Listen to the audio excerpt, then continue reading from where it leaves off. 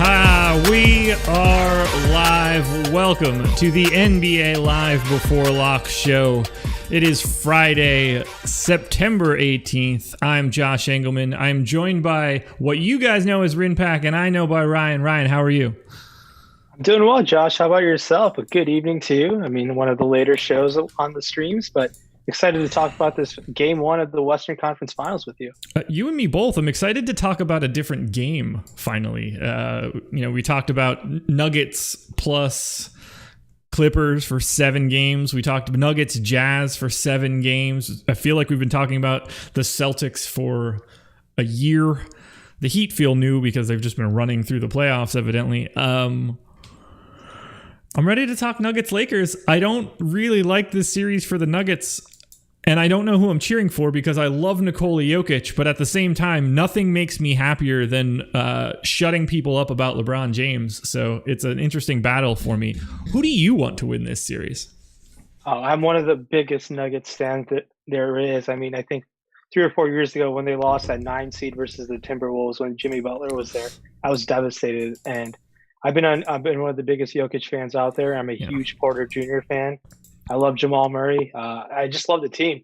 But being a realist basketball fan, they really don't match up well against the Lakers. They'll have a tough time.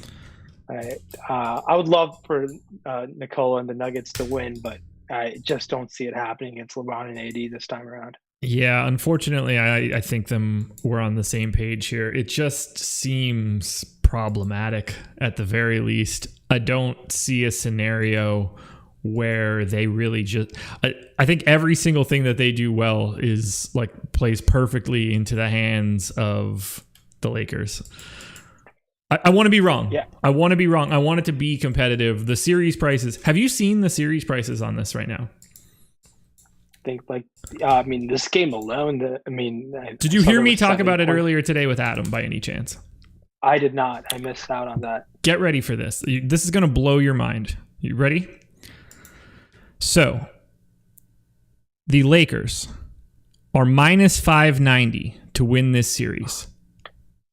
Wait, this gets better. The Miami Heat are minus 360. The Lakers are bigger favorites to win this series than the Miami Heat are with 2 games in hand. Yeah, I mean, essentially, the Lakers have a red carpet to the finals. I mean, LeBron took a year off from the finals. He should be back at it again. I'll be really shocked if the Nuggets pull off some sort of a victory in the series against the Lakers. There should be not a reason. I think they don't have Will Barton, who could have been great off the bench in this series. Unfortunately, he's still rehabbing his knee. Yeah, and they're just a little too young. I think they'll have a chance again. If they were to run it back, they'll get some more experience under their belt. They'll make some noise. I think their time will come. I really liked what Tim Connolly did, just keeping the core together and letting him grow. And it's kind of like what the Warriors did. They didn't want to really give up on Curry and Clay. I think what they have in Murray and Jokic is different, but it can be that special down the line. I'm so anxious to see it play out. I think Denver needs to get this first one or it becomes truly problematic. We'll cross that bridge when we get to it. Let's start by talking a little bit about this slate. And first and foremost, I got to hit on our sponsor, whose logo is not shown right now, but now it is. No House Advantage. Surprise, surprise. I slow rolled it in here. We're going to talk a little bit about the props. Let's start on... Would you rather start on the Nuggets side or the Lakers side? Let's start on the Nuggets side. As we just got news, JaVale McGee will be starting for the Los Angeles Lakers. Welcome back to the starting lineup, JaVale. Yeah, well rested. He did get hurt in the Houston series early on before they decided to bench him and forego the big lineup. But Frank Vogel did say they're going to mix and match with some Markieff at the 5, Anthony at the 5, and JaVale and Howard potentially at the 5 as well.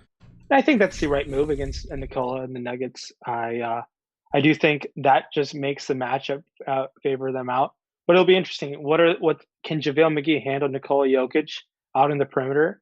I think he can hold his own, but by no means do I think I do still think Nikola will win that matchup more times than not.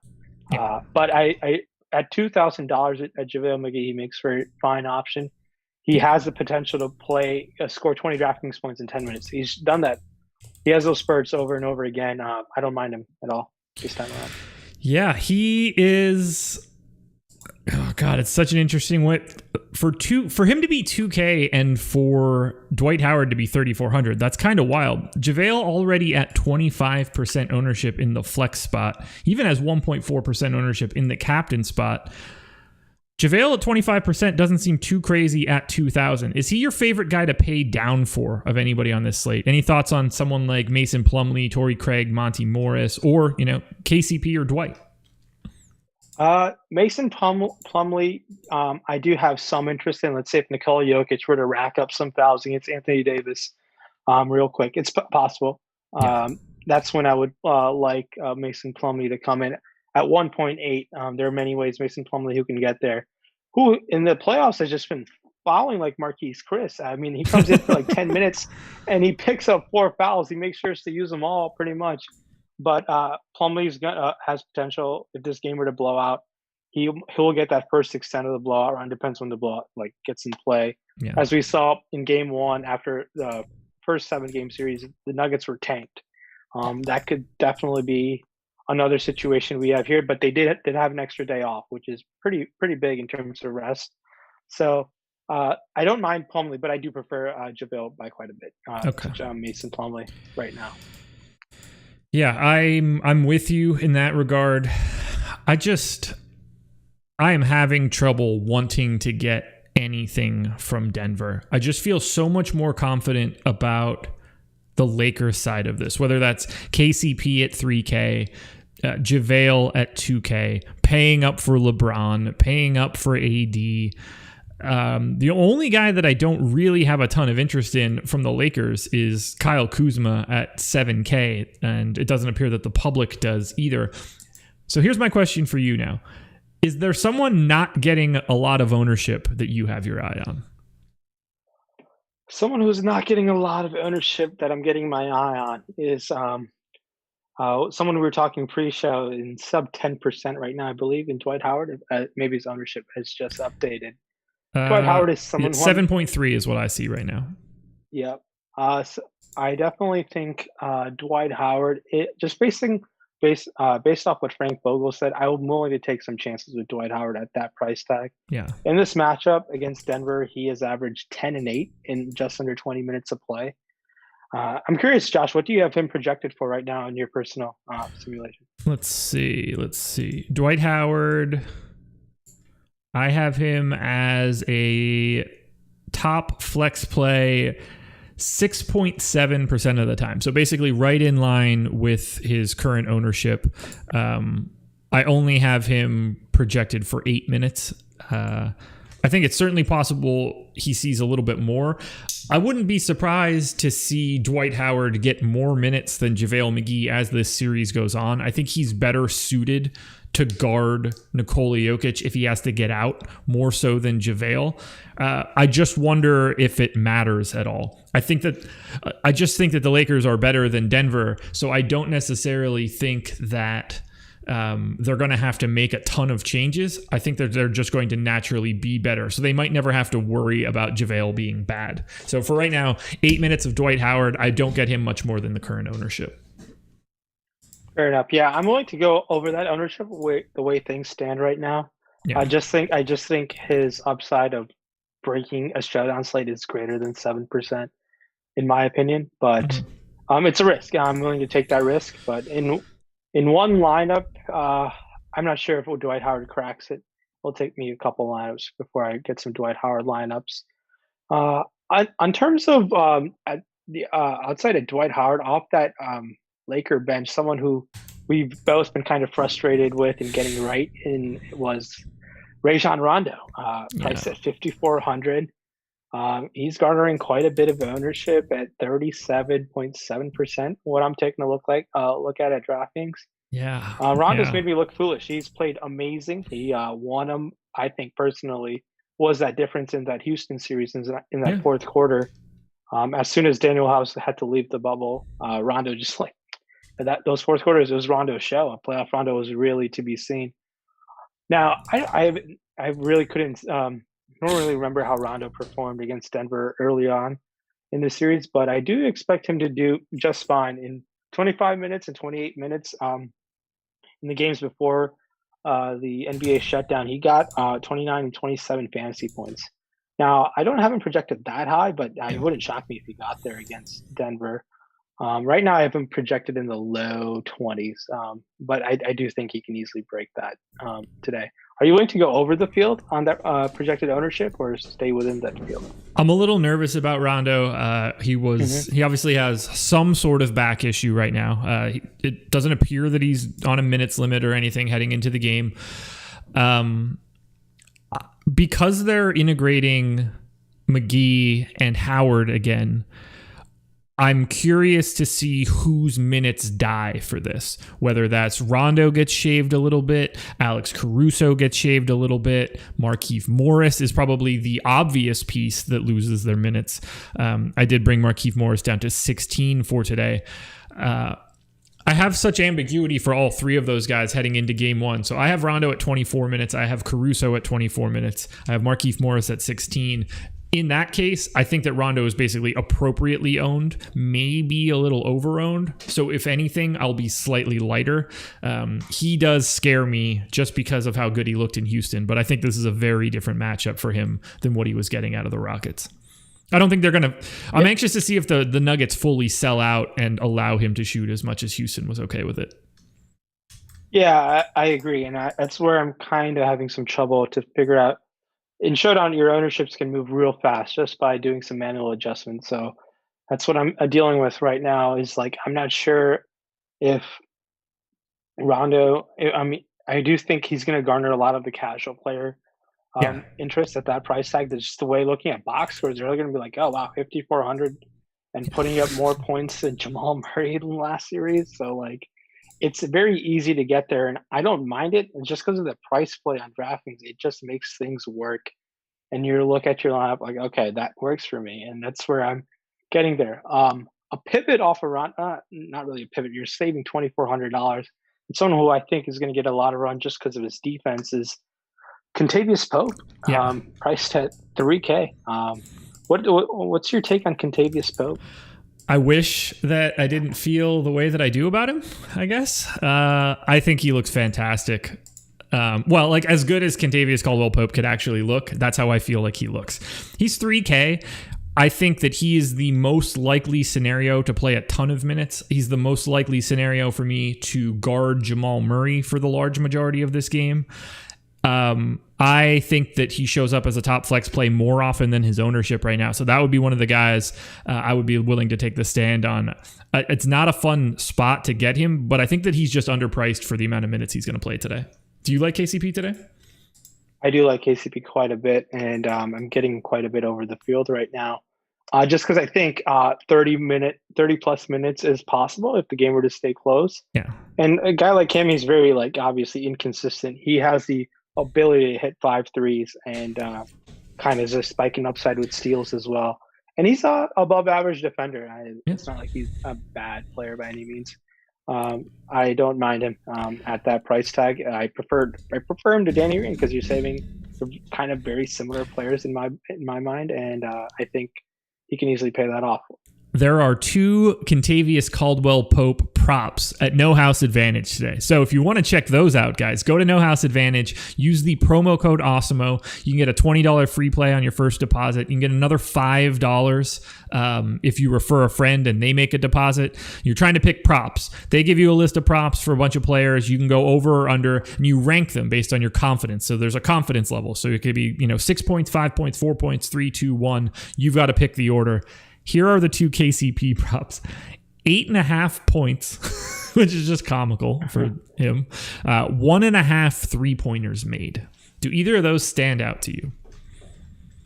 Yeah, the 1.5 3-pointers. I'm willing to take my chances on KCP hitting more than 1.5 3-pointers in this matchup. You like that more than the 8.5 points? I mean, if I like the 1.5 3-pointers, I'm going to like them both. I think there's a way those kind of are obviously correlated. You can only take one though. Oh yeah, I'll take the 1.5 3-pointers. Okay. Okay. Take That's my fair. chances there. He's gonna pull up on that second one, and Foot's gonna be on the line. That would be the worst. That would be the absolute worst. That would be that'd be a pretty bad beat. That'd be pretty bad. Alrighty. Let's hit on one more prop from No House Advantage here. We'll grab one from the Denver side. You talked about liking Jamal Murray earlier, just personally. Do you like 24.5 points as a prop? Not the best series in the world against Houston. No, I don't know why I just said Houston. That's not who they played. Yeah. Against the Clippers, rather. Yeah. See, let's box score watch. We have time. It's a one game slate. Yeah, tons of time. 25 minutes to go. We're gonna look at this for a little bit longer, and then we'll start taking a bunch of questions. You said 24. This is how inconsistent Jamal Murray has been against the Lakers this year. Disregarding the bubble game where they rested their starters in the middle of the third quarter, he went 32 points, 6 points, and 22 points against the Lakers. They won one game in a blowout, which he only scored 6 points. Kind of interesting. You know what? I'm going to take the under. I think I like what the Lakers can do with him in terms of switching on defense and being able to contain him. And LeBron's probably been watching Jamal Murray as he's been resting for this series. So I think LeBron has a game plan ready to just stop the blue arrow. And he'll get tested pretty easily in this series. I don't expect him to drop 40 in a single game like he did in Game 7 against the Clippers. So if you like the under on Jamal Murray points, I think in the grand scheme of things, you probably like the Lakers in this game, independent of your personal fandom, at least. Yes, I do like the Lakers in this game. Yeah. They're well rested. I think everyone is like healthy besides Deion Waiters. I think everything is just checks all the boxes for them to win/dominate against the Nuggets, who have now like obviously played 14 games in the playoffs alone, while the Lakers have played 10. They won 4-1. So, I mean, the last Lakers game they played was on Saturday. Yeah. So I mean, they're 5. They're a team that needs that rest too. Like LeBron can use a couple days off. That's for sure. And 5 full days is that's no joke. That's a ton of rest, and they're going to be ready to go. And blowout is in play, and a team's getting blown out in this game. It's the Nuggets. I don't see the Nuggets really making some noise. Not only is that a lot of rest, but they're in the bubble too. Like it's not like they're out at the clubs or anything. There's nothing else going on but like relaxation and spa days and whatever else they want to do. Yeah, they're probably just drinking a lot of wine and just like watching game tape. That's what they're doing in the bubble. So it's pretty much what I'm doing. Just drinking a lot of wine and watching games. We did see the Lakers lose Game 1 against the Rockets. Obviously, a different series, a completely different matchup. But they lost to the Blazers in Game 1 too, didn't they? True. Yeah, they did. So if you're buying the Game 1 trends for the Lakers, I guess that's the only thing that you have against that's against Lakers really is they've lost both Game 1s in the playoffs. But that's terrible to look at. So we haven't touched on it yet. I think there are only 4 real options to this question. LeBron, AD, Murray, and Jokic. Murray, Harris, Grant, Millsap, Jokic starting lineup just in case. But the 4 studs, who is your favorite captain option today? Or if you have one off the board, feel free. Oh, it's for me, it's Anthony Davis. You're saving some money from LeBron James, and I have him slightly projected higher than LeBron James. I personally, I always manually try to make sure Anthony Davis is projected higher than LeBron. I know a lot of people defer in that, but that's just part of my process. I like getting more Anthony Davis than LeBron. Yeah. Each time he's out there, I prefer Anthony Davis. I just think in terms of the number of game scripts that are drawn out, I do think Anthony Davis spikes a higher upside. Even if you were to box score watch against the Nuggets throughout the year, consistently he went 42 the first time they played, 54, 58. And he did play 38 minutes in the bubble game and put up 51. I think that's where I'm willing to get different. I'm not sure how different it will be in terms of ownership right now, but I do think I'd be willing to have more AD than LeBron. Okay. I also prefer Anthony Davis. He shows up in the sim a little bit more. Both AD and LeBron showing up more than the current ownership as well. I'm a little bit lighter on Jokic. I think Murray is relatively neutral. Who is your favorite non-stud captain today? That's where it gets really tricky. That's a tough question, and that can definitely happen. And for me, it'll probably be KCP is probably the first captain I'd probably look at that is off the board a little bit. Outside of that, I am actively trying to make sure LeBron or Anthony Davis are my captain, but it gets ugly really fast. I mean, it's just really does. The way these teams are set up. It's very stud heavy and it's scrubby the rest of the way. But you can take shots. I wouldn't mind taking shots at who else shows up. Rondo is obviously a fine captain option. Yeah. I just think that your lineup is just best suited, just striking the upside with the stud, and fingers crossed your scrubby value players get there. That's just the way these games kind of played out.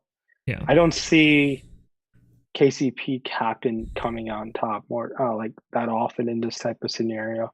It's possible. Don't get me wrong. 3% of the time, same as ownership. So yeah, it's one game, but I'm willing to just take my chances with the studs and get different in terms of the utility builds. Yeah, I mean, it's one of those cases where so much of the fantasy impact for both of these teams goes through only those four guys. Like they are both very top heavy from fantasy 100%. Production. So in the sim, and this is pretty similar to the ownership, 88.8% of the time, it's one of the main four guys.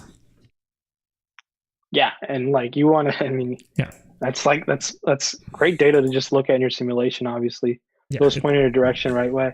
It's hard to go a different direction. What other sim? What's the rest of the 12% captain ownerships that show up for you? JaVale at 2. Rondo at 1.6. Everybody else is under 1%. Yeah, it's at least the way the prices have been set up for this, it makes the most sense for specifically just that, in my opinion, in terms of just focusing on those four studs.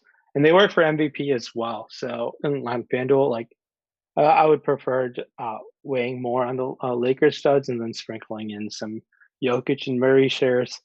If you were to tell me a fifth MVP option on FanDuel, I would try to avoid that situation. I don't know who would really be that fifth MVP stud.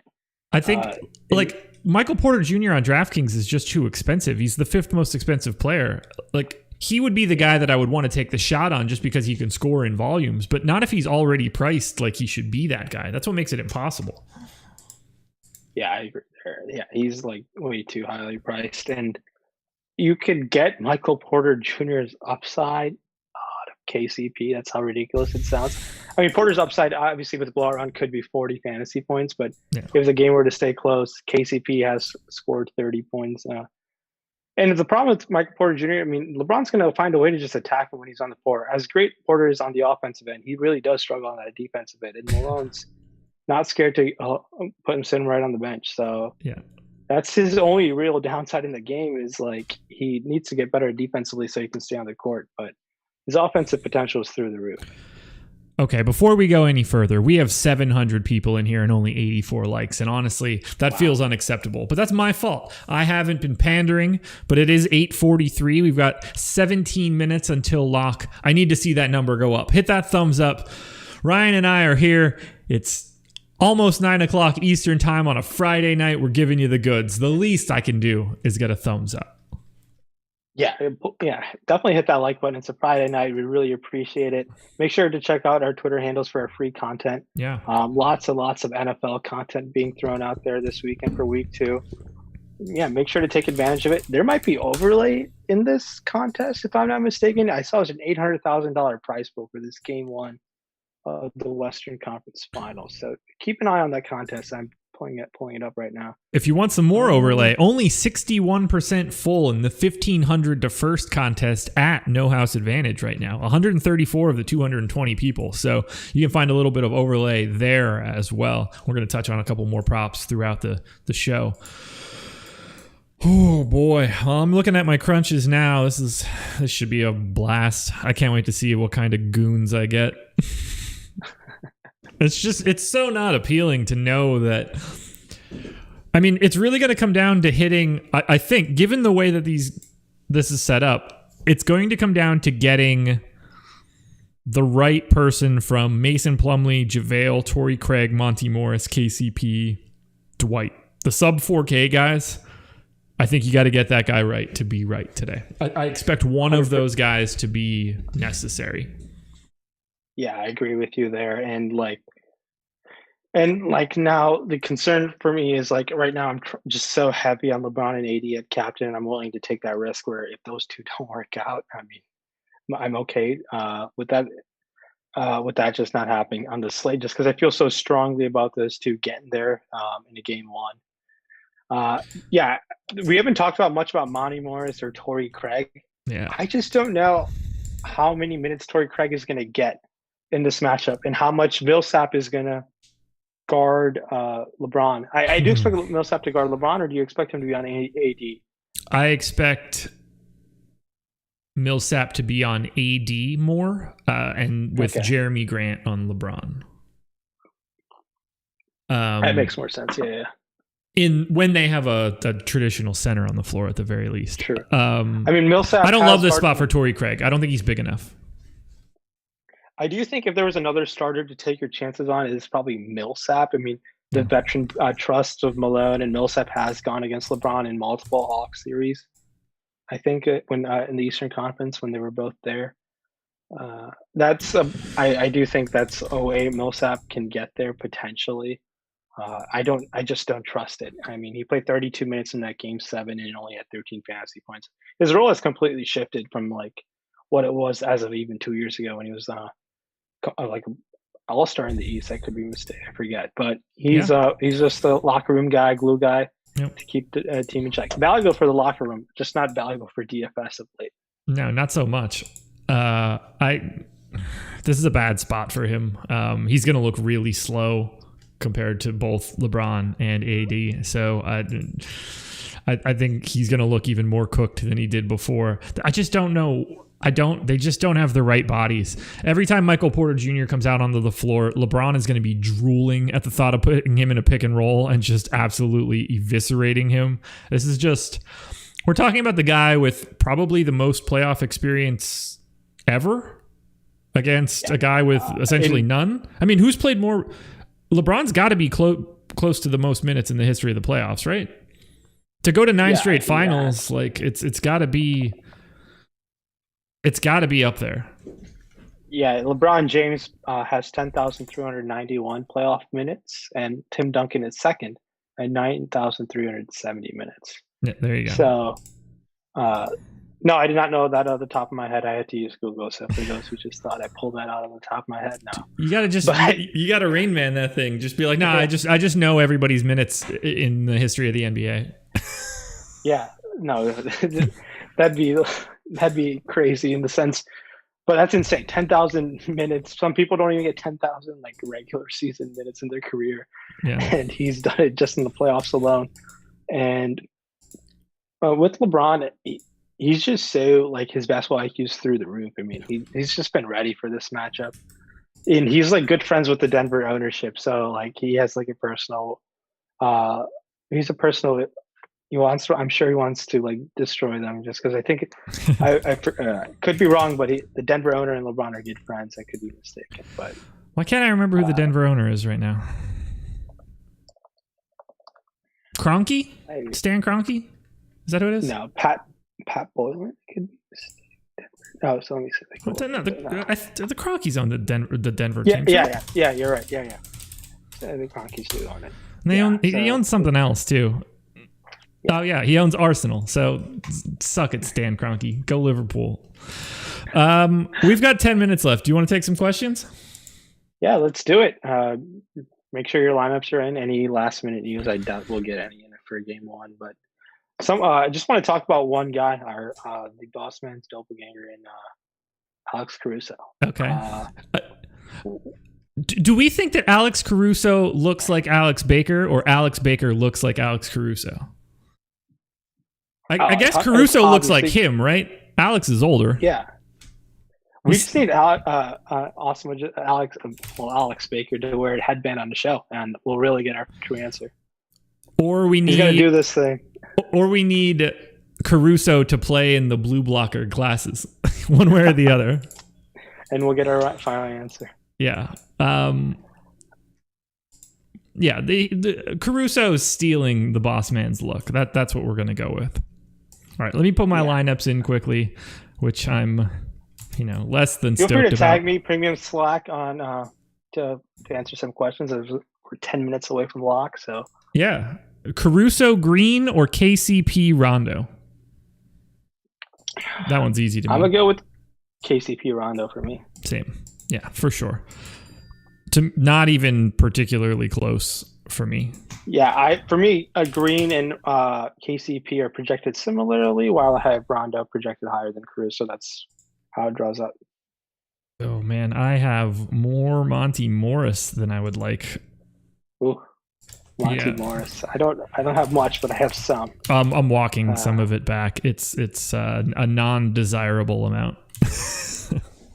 Yeah, it's interesting, especially if you use Fantasy Cruncher, how you draw up your groups, and like if you were to project like blowouts or game scripts, there are different ways that you can do that. I don't do that. I know I'm sure some players do, to make sure your lineups like fully reach their maximum potential. So if people do that, it's something how you can really maximize Fantasy Cruncher's features. I think for Showdown there could be a real edge looking into that. But yeah, let's keep taking some more questions. Absolutely. What else? Do we have any in premium Slack right now? The answer would be no. So I'm off to YouTube chat. YouTube chat, do you have enough likes that make me happy? Because if you don't, I'm going to skip your question. 171, 213. YouTube chat, you could have whatever you guys want. Do you see Dozier getting minutes in this series? I do not. I only see it if the Nuggets are getting waxed. Yes. That's the only time where I see Dozier getting run. And to draw that out in a Showdown lineup, that game streak, it's really tough to draw blowout lineups in Showdown, just because like you still project the Denver Studs to perform well to a certain extent, and they might just get there in terms of raw points.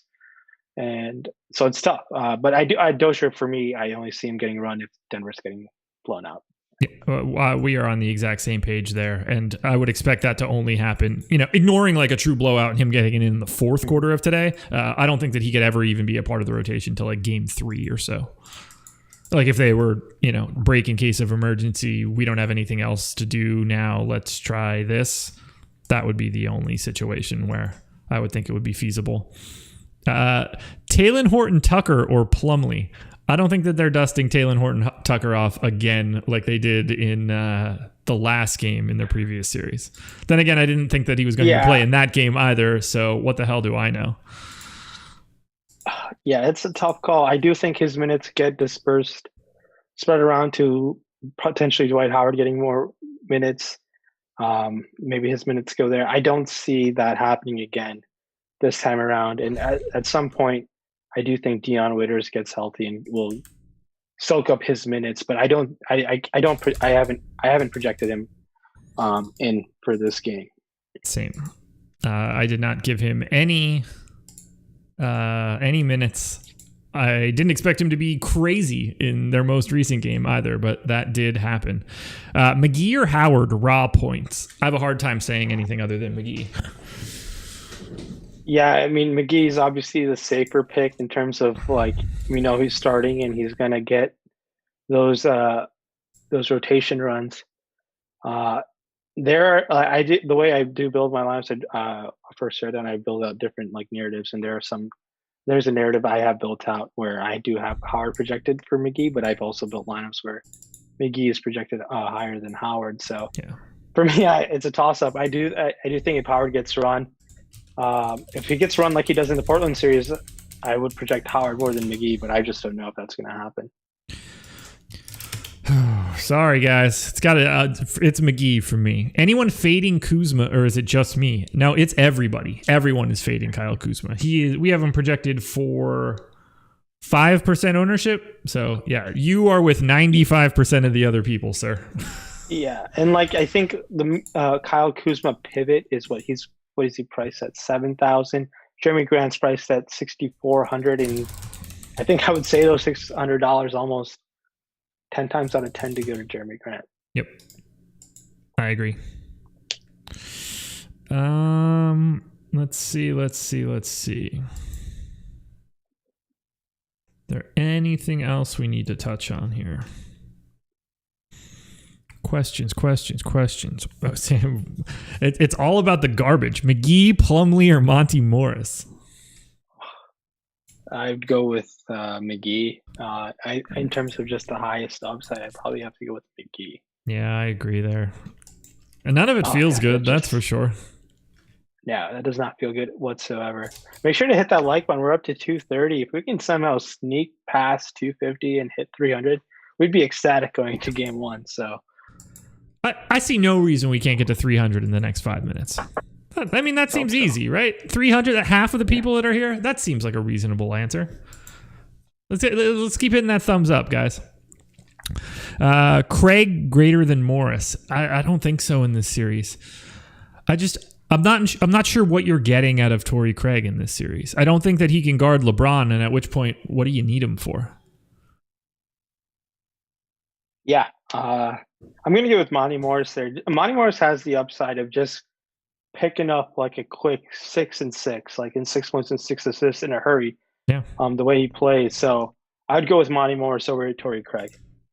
I agree. Murray or Jokic? I'd have to still project Jokic higher than Murray. Yeah, I agree there. I'm anxious to see it because Jokic is playing just such incredible basketball. I really want to see if he can still space the floor on the pick and pop and pull those bigs out from the rim. Yeah, it's so tough of a matchup for the Nuggets. I just don't know, like, even if they were to add a piece for this Laker team, what would elevate them like over this? Like, Will Barton's obviously, in my opinion, wouldn't have been enough. No. It would be a little closer for some bench scoring, but I mean, Michael Porter is still a couple of years out for like just like filling out his body, getting at like somewhat like of a defensive presence. But I really hope they keep him and grow with him instead of like letting him go and trying to quickly get there. I'm not sure. Depends who you can get. Like, if you can somehow make Michael Porter Jr. part of a package to go get Ben Simmons, I'll talk about it. If you can make Michael Porter Jr. be part of a package that gets you Bradley Beal, I'm in for these conversations. I would be in, yeah. I think Drew Holiday would be in that conversation as well, but it'll be interesting. I don't think that I would need more than Drew Holiday for Michael Porter Jr. at this point. I just value Drew Holiday's defense that much. Even though I love Drew Holiday. It blew my mind. No all NBA defense for him. No, it's ridiculous. He might be the best on-ball defender in the league, guarding all 5 positions. Yeah, it's a crime that the only crime that is worse is Chris Middleton not making all NBA. Wow. Chris Middleton did not make all NBA, even though he received more voting points than 2 guys that did, Russell Westbrook and I believe Ben Simmons. Because he received the votes at guard and forward, neither one they don't count together. Unreal. Which is the dumbest thing I've ever heard. So he outpaced them by like 50% of voting points, did not make 3rd team all NBA. That's a travesty. Makes no sense. So bad. Makes no sense. It'll be interesting. I mean, I've heard rumors where Drew Holiday to the Nets, which would make him instantly like a phenomenal team in my opinion. They're already really good next year, but I would like if they could keep Karras and play with Drew. But it'll be an interesting quick off season for the NBA. It might not be a quick one, depending on what time they come back. It might be a 6-month off season we don't know is coming. 267 likes. I think we could be happy with that. Yeah, we'll take that. We'll take that, even though you guys let us down and not getting to 300, but we'll take that for a Friday night. TMT Mike asked the question in Premium Slack. We'll get this one in before we get out of here. Does a scenario exist where Michael Porter Jr. is in play, or is his price too much? Oh, it's there. Oh, it's there. Yeah. I just don't think it's it's not very likely in my game script that I've built out, but it's definitely there. I mean, Porter has the upside for sure to like put up 30 plus DraftKings points, and there are so many different ways. Once you get to 30 on a showdown slate, you're in play automatically for that price tag. So no, I'm not saying a full fade. I'm just saying in terms of like building a few lineups, I don't see Porter getting there, but there's definitely a situation where Porter breaks the slate. Yeah, I don't think you want to have a bad defender on the floor when LeBron James is out there. He knows how to pick a great matchup for himself better than anybody in the history of the league.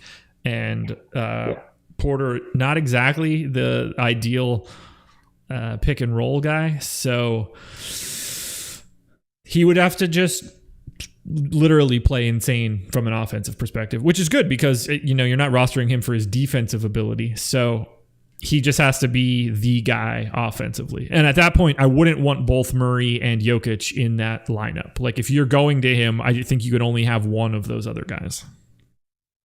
Yeah, no, I completely agree with you. And for me, with Porter, for his price, there's just more ways for him. I see him failing than succeeding. That's my final stand on him. And that is our final stand. So go check out No House Advantage. Use the promo code Awesemo. Get yourself $20 in a free play on your first deposit. $5 if you refer a friend and they deposit. Check out all of our content. Follow us on Twitter, Instagram, Facebook. Just go to the website. Join. Awesemo.com/join. Go check out our podcast feeds. We've got individual feeds for every sport. We've got a catch-all feed if you just want to have everything we do. Subscribe to YouTube. Hit the notification bell so we know when we go live. We've got tons of shows every single day. It never stops. So check it all out. Ryan, do you have anything else that we want to plug? Yeah, hit the like button, enjoy our content, enjoy the weekend, and good luck tonight. There it is. Couldn't have said it better myself. We're out of here. Adios.